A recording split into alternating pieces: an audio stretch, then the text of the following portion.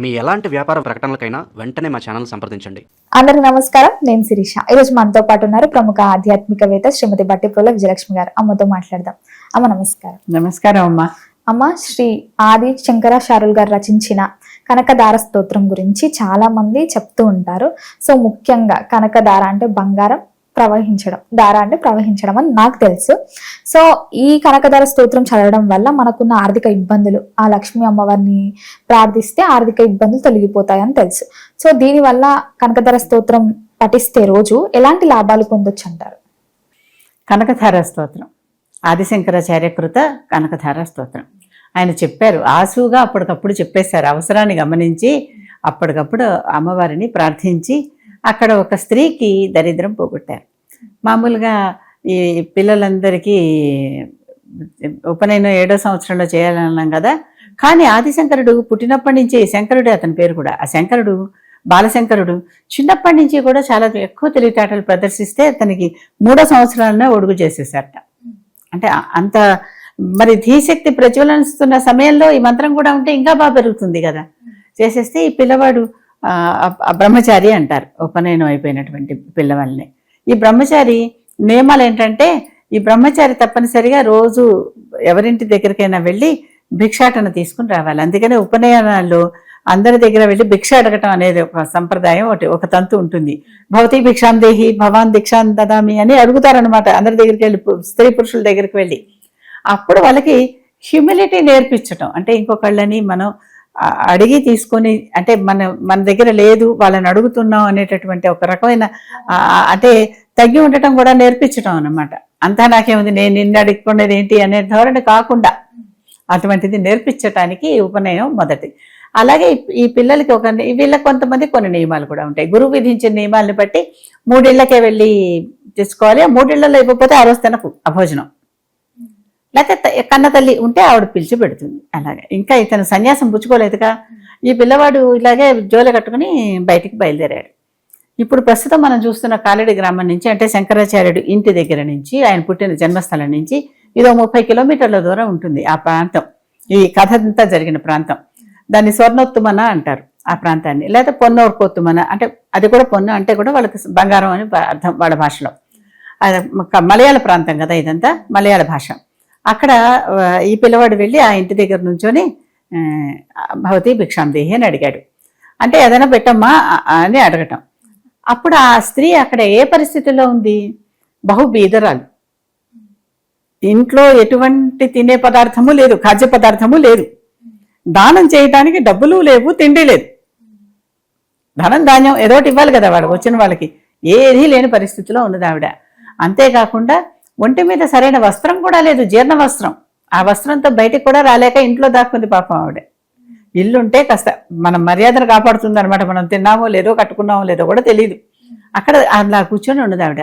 ఈ పిల్లవాడు వచ్చి అడిగాడు. అప్పుడు ఆవిడ ఎంత బాధపడిపోయిందంటే, ఈ సన్యాసులు మళ్ళీ 3వ ఇంటికి 4వ ఇంటికి 5వ ఇంటికి వెళ్ళి మళ్ళీ తలుపులు కొట్టి 3 ఇళ్ల తర్వాత వెళ్ళి ఎవరిని అడగరు. ఇప్పుడు నాది మొదటి ఇల్లో తెలియదు, 2వ ఇల్లో తెలియదు, 3వ ఇల్లో తెలియదు, అడగటానికి కూడా ఇవిడకి అవకాశం లేదుగా.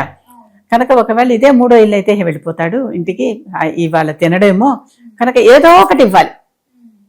ఎంత లోపల ఆరాటమో చూడండి. అంటే వాళ్ళకి దానం చేయాలన్న కోరిక, దుగ్ధ ఎంత ఉన్నదో, ఏదో ఒకటి ఇచ్చి పాపం ఈ పిల్లాడిని ఉత్తగా ఖాళీ చేతితో పంపించకూడదు. అంతే, అది కడుపు నిండుతుందా లేదా అని కూడా ఆలోచన లేదు, ఎంతో కొంత ఏదో ఒకటి అని చేస్తే. అప్పుడు ఇల్లంతా వెతికింది, మళ్ళీ ఒక్కొక్కటి మోత్తేసి మరీ చూస్తే ఒక చోట ఒక దాంట్లో ఎండిపోయిన ఉసిరికాయ, వాళ్ళంటే ఉసిరి చెట్టు ఉంది. అది ఆ ఉసిరి చెట్టు, ఉసిరి సీజన్ కాదు, ఎండిపోతే ఇవిడేదో పండిపోయిన పండును దాంట్లో లోపల పెట్టుకుంది, ఎండిపోయిన దాన్ని. అంటే అవసరం వస్తే అదైనా తిని బతకచ్చు కదా. ఉసిరిలో విటమిన్లు బోల్డ్ ఉంటాయి, దాంతో కొంచెం శక్తి వచ్చేస్తుంది కదా, ముఖ్యంగా సి విటమిన్ ఉంటుంది, శక్తి వస్తుంది కదా. ఆ ఆలోచనతో దాచుకుంది పాపం వాడు. కొన్ని అలా దాచుకుంటే ఒక్కటే మిగిలింది. ఉన్నదాన్నే ఇలా గట్టిగా ఏదో చుట్టుకుని ఆ బట్టని అది తీసుకొచ్చి ఈ పిల్లవాడి జోలులో ఆ ఉసిరికాయ చాలా దుఃఖంతో బాధతో వేసింది. ఆ పిల్లవాడికి అర్థమైపోయింది. కాసేపటి తర్వాత వచ్చింది, అంటే వెతికి వచ్చింది. చివరికి సరైన బట్ట లేదు కనిపిస్తోంది. ఆ ఎండిపోయిన ఉసిరికాయ అంటే అదే ఉందన్నమాట ఇంట్లో. అర్థం చేసుకున్నాడు పిల్లవాడు. అర్థం చేసుకుని చాలా దుఃఖం కలిగింది ఈ అబ్బాయి కూడా, చిన్నపిల్లాడు. అయ్యో ఈవిడికి నేనేం చేయగలను, ఏం చేస్తే ఈవిడ దరిద్రం పోతుంది అని. దరిద్రం పోగొట్టాలంటే శ్రీ మహాలక్ష్మే కదా. అమ్మా నీకే నేను ధ్యానం చేస్తున్నాను, ఈవిడ దరిద్రం పోగొట్టు అని ఈ కనకధార స్తోత్రం అంతా అప్పుడు చదివాడు. చదివాక అమ్మవారు చెప్పింది, ఆవిడకి ఆ యోగ్యత లేదు, ఆవిడ కింద జన్మ పురాకృత జన్మ పరిపాకంగా అందే ఏం కాదన్నాను కదా. అప్పుడు అంటాడు కావాలంటే ట్రాన్స్ఫర్లు చేసి అట్నుంచి ఇటు మళ్ళించి నీ దృష్టి పడితే పోందేంటి కర్మ, ఎలా అలాగా ఎక్స్ట్రా ఒక స్పెషల్ కేసుగా ట్రీట్ చేసి దీన్ని పైగా చేయటానికి అసలు ఆ దేవుణ్ణి బతిమలాడుకోవాలంటే ఎలా బతిమలాడుకోవాలో ఆ స్తోత్రం చూస్తే తెలుస్తుంది. నువ్వు ఫలానా అంత గొప్ప క్షీర సముద్రానికి పుట్టావు, ఇంత గొప్ప నారాయణ నుండి వివాహం చేసుకున్నావు, అంత గొప్ప చందమామ నీకు సోదరుడు అని అన్ని చెప్పటం కూడా ఎలా అన్నమాట.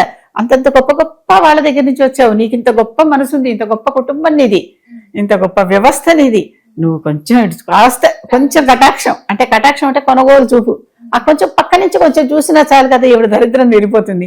ఆవిడ మంచిది, ఎంత మంచిగానో నా ఆకలి గ్రహించి నా ఇది చూసి తీసుకొచ్చి ఇచ్చింది నాకు. అలాంటి ఆవిడ కొంచెం నువ్వు దరిద్రం తీర్చవమ్మా అని అడిగాడు అనమాట. అడిగేసరికి ఆ అమ్మవారు కూడా చాలా జాలిపడిపోయింది, దయాద్ర హృదయ అని పిలిచాడు ఆవిడ్ని. ఆవిడ ఒక్కసారి దయతో మనసంతా తడిసిపోయి సరే ఇద్దాం అనుకుని అప్పుడు ఆకాశం నుంచి కనకధారగా ఆవిడేం దానం ఇచ్చింది, ఉసిరికాయ. ఆ ఉసిరికాయలని కురిపించింది, బంగారు ఉసిరికాయలని కురిపించింది. మరి ఆవిడ గుమ్మడికాయ ఇస్తే బంగారు గుమ్మడికాయలు కురిపించిందేమో మనకి తెలియదు, అంత లేదు ఆవిడ దగ్గర. ఉంటే ఆవిడంత దరిద్రంలో ఉండదు. అది కూడా ఎండిపోయిన ఉసిరికాయ. అంటే ఉసిరికాయ మొన్నంతా కార్తీక మాసంలో మనం ఉసిరికాయ దానాలు, ఉసిరి చెట్టు పూజలు చేశామా, ఉసిరికాయ మీద దీపం పెట్టి దానాలు ఎంత ఫలితమో చూడండి. ఉసిరికాయ దానం చేస్తే ఆవిడకి ఎంత వచ్చింది, అవన్నీ కురిపించింది. ఈ పిల్లవాడు ఎంత నిస్వార్థపరుడు, తన కోసం ఏం అడగల, ఇవాళ నా జోలలో ఏం పడలేదు నాకు ఇంకా అంత కురిపించి అని అడగల. అంతా కూడా ఆవిడ కోసముని, ఆవిడ కష్టాన్ని చూసి, ఆవిడ దరిద్రాన్ని చూసి కోరాడు. కనుక ఇది ఆవిడకి ఇచ్చేసాడు మొత్తం అంతా. అమ్మ అంతా నీదే, నువ్వే తీసుకో, నాకేం అక్కర్లేదు, నాకు నువ్వు ఇచ్చావు కదా ఉసిరికాయ ఇచ్చాను అని. అంటే మనం కనకధార ఫలించాలంటే ఏంటి అని అడిగావే, మన లోపల దానం చేయాలనేటటువంటి గుణం అవసరమైన వాడికి అంత ఉండాలి, అంత తప్పించాలి. అయ్యో వీళ్ళకి ఏం పెట్టకుండా నేను పంపించేస్తున్నానే అని బాధపడాలి, అంత ఉండాలి. ఒకటి మొదటి లక్షణం. రెండోది తన కోసం తను అడగల శంకరుడు, ఆవిడ కోసం అడిగాడు. అంటే మన కోసం మనం చేసుకునే పూజల కంటే మన పక్క వాళ్ళ కోసం మనం చేసే పూజలు ఫలిస్తాయి. కావాలంటే ఎవరితోనైనా డీల్ పెట్టుకుని ఇద్దరు మ్యూచువల్గా పెట్టుకుని ఇద్దరు ముగ్గురు నలుగురు నాకు నువ్వు చేయి, నీకు వాళ్ళు చేస్తారు, వాళ్ళకి వాళ్ళు చేస్తారు, వాళ్ళకి వాళ్ళు చేస్తారు, చక్కగా అన్ని చోట్ల జరుగుతాయి. అందుకనే సామూహికంగా చేసే పూజలకు ఫలితం ఎక్కువ అని అంటారు, గమనించారా ఎప్పుడైనా? అలాంటి చోట ఇంకా దాని పవర్ పెరుగుతుంది అనమాట. ధ్యానం చేసే పవర్ పెరుగుతుంది, జపం చేస్తే ఆ మంత్రశక్తి పెరుగుతుంది, అన్ని వైబ్రేషన్స్ ఎక్కువ దూరం ప్రవహిస్తాయి. ఆ వైబ్రేషన్స్లో ఉన్న వాళ్ళందరికీ ఈ ఫలితం లభిస్తుంది. కనుక సామూహికంగా చేస్తే అనేది అది. ఈ శంకరుడు తన కోసం ఏం అడగల, అంతా ఆవిడ కోసం అడిగాడు. ఆవిడ మొత్తం ఏమొచ్చినా తనకు వేసిన ఎండిపోయిన ఉసిరికాయ తీసుకున్నాడు తప్పితే మిగిలిన బంగారు ఉసిరికాయలన్నీ అమ్మ నీవే అనేసాడు. అవునా?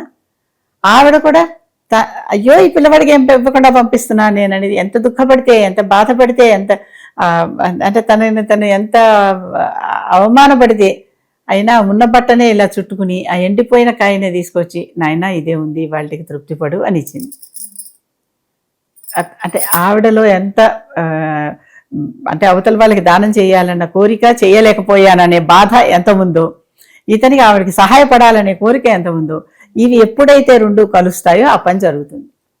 అంతేగాని ఇంట్లో కూర్చొని 3 సార్లు చదువు, 30 సార్లు చదువు, 50 సార్లు చదువు, కనకధార కురవదంటే మనకు అంత అవసరం ఉండాలి, నిస్వార్థంగా చదవాలి ఏం చేసినా.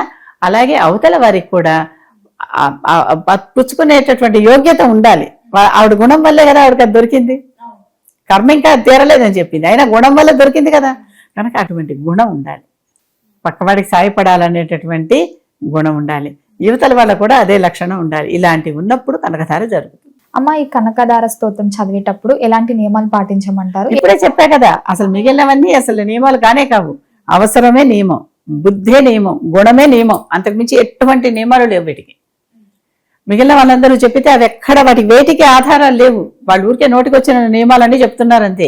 ఏ పూజకైనా నియమం ఒకటే, శుచి శుభ్రం, భక్తి విశ్వాసం శ్రద్ధ, అవి మాత్రం తప్పనిసరిగా ప్రతిదానికే ఉంటాయి. అవి లేకుండా ఏది ఉండవు. అసలు ఈ స్తోత్రం చదవటానికి నియమాలు కానీ, ఆహార నియమాలు, ఏ నియమాలు ఏమీ కాదు. ఆ గుణం, ఆ నిస్వార్థ గుణం, ఆ దానం చేయాలనే గుణం, అయ్యో పక్కవాడు ఆకలిగా ఉంటే నేనేం పెట్టలేకపోతున్నాననే బాధ. ఇవే లక్షణాలు. అయ్యో ఆవిడ ఇంత కష్టపడి ఇంత దరిద్రంలో ఉండి సరైన బట్ట లేకపోయినా సరైన తిండి లేకపోయినా నాకు ఏదో ఒకటి ఇవ్వటానికి వచ్చిందే, ఉన్న దాంట్లోంచి వెతికి వెతికి వెతికి అనేటటువంటి ఇతని గుర్తింపు. అంటే ఇతను గ్రహించాడు దాన్ని, గుర్తింపు కాదు గ్రహించాడు. అవి ఉంటేనే ఇవి జరుగుతాయమ్మా. అంతేగాని ఒక చోట ఎక్కడ మహత్యం జరిగిందని అందరికీ ఎందుకు జరగట్లేదంటే ఇందుకే జరగట్లేదు. కానీ ఇప్పుడు నా ఇంట్లో గురించు అని కోరుకుంటే ఎలా జరుగుతుంది? కానీ ఇప్పుడు ప్రజెంట్ జనరేషన్ లో మనకేం కావాలి, మనకే కావాలని మనమే కదా. అసలు అవన్నీ మనకి తప్పు మార్గాలు నేర్పించిపోయారు కదా ఇతర ధర్మాల వాళ్ళు. అందుకే పరధర్మో భయావహ అని చెప్పాడు కదా భగవద్గీతలో. అది వాళ్ళ ధర్మం. మనకు ఆ ధర్మాలు లేనిపోతే నీ స్వార్థం నువ్వు బాగుండు అని నేర్పించిపోయారు కదా. ఇప్పుడిప్పుడే నేను బాగుండాలి నుంచి నాతో పాటు నా పక్కన వాళ్ళందరూ కూడా బాగుండాలి అనేటటువంటి ఆలోచన ఇప్పుడిప్పుడే వస్తోంది. అసలు అంతా బాగుంటే నేను దాంట్లో బాగుంటా కదా ఆటోమేటిక్ గా, అంతే కదా. అందుకనే ఈ పూజ చేసేటటువంటి పూజారులు కానీ అందరూ ఏమని చేస్తారు, సమస్త తన్మంగళాని భవంతు, అందరూ చక్కగా మంగళకరంగా ఉండాలి, అంతే కదా. అందరికీ అన్ని కలగాలని పూజ చేస్తారు వాళ్ళు. అందుకనే వాళ్ళకి ఆ ప్రత్యేక స్థానం. అందరూ పూజారులకు ఎందుకు అంత ప్రత్యేక స్థానం, బ్రాహ్మణులకు అందుకంత ప్రత్యేక స్థానం అంటే వాళ్ళందరూ మంచి కోరుకుంటూ మంత్రాలు చెప్పుకుంటున్నారు. నా ఒక్కళ్ళింట్లోనే జరగాలి అని కోరుకుంటుంటే వాళ్ళకి ఆ స్థానంకి అర్హత లేదు, అవునా. అందరూ సుఖంగా ఉండాలి, అందరూ మంచిగా ఉండాలి, అందరికీ చక్కటి మంగళకరంగా ఉండాలి, అందరికీ కళ్యాణప్రదంగా ఉండాలి అని కోరుకుంటూ వాళ్ళు ఏ దీవెన చేస్తున్నారే గాని, అంతే కదా. కనుకనే అది అందుకనే ఈ రోజుల్లో జనాభా ఇలా ఉండటం వల్లనే ఇంత వైపరీత్యంగా ఉంది లోకం. మొత్తం జగత్తంతా బాగుండాలని కోరుకోండి అమ్మా. ఆ జగత్తులో మీరు ఉన్నారుగా. నేనొక్కడే బాగుండాలి, నా పక్కవాడు బాగుండకూడదు అనుకునేవాడికి వీడు కూడా బాగుండడు. ముందర ఆ రోజు నిద్రే పట్టదు, అవునా. తిన్నా ఆకలి తీరదు, పడుకున్నా నిద్ర రాదు. నేనే బాగుండాలి, నేను ఒక్కడే బాగుండాలి, నేను మాత్రమే బాగుండాలి అని కోరుకునేటటువంటి వాడు రాక్షసాంశతో పుట్టినవాడు. రాక్షసులు అదే కదా. అవును, అదే కోరుకుంటారు. అదే కాదు, నాతో పాటు అందరూ బాగుండాలి, నేను బాగుండాలి, అందరూ బాగుండాలి, జగత్తంతా బాగుండాలి అని కోరుకునేవాడు దేవతాంశతో పుట్టినవాడు. వాళ్ళ కోరికలు తీరతాయి. ఎప్పుడైనా ఏదైనా నియమాలంటే ఇదే నియమాలు. మనం బుద్ధి కదా మనకి ఏదైనా ఇచ్చేది. బుద్ధి కర్మానుసారిని. మనం చేసే పనులను బట్టి మన బుద్ధి మారుతూ ఉంటుంది. మన వ్యధ పనులు చేస్తూ ఉంటే వ్యధ బుద్ధే వస్తుంది. కనుక మంచి పనులు చేయండి, బుద్ధిని మార్చుకోండి. బుద్ధి ద్వారా మీ మొత్తం లైఫ్నే మార్చుకోండి. అమ్మ, మొత్తం మీద కనకదార స్తోత్రం గురించి తెలియజేసినందుకు ధన్యవాదాలు.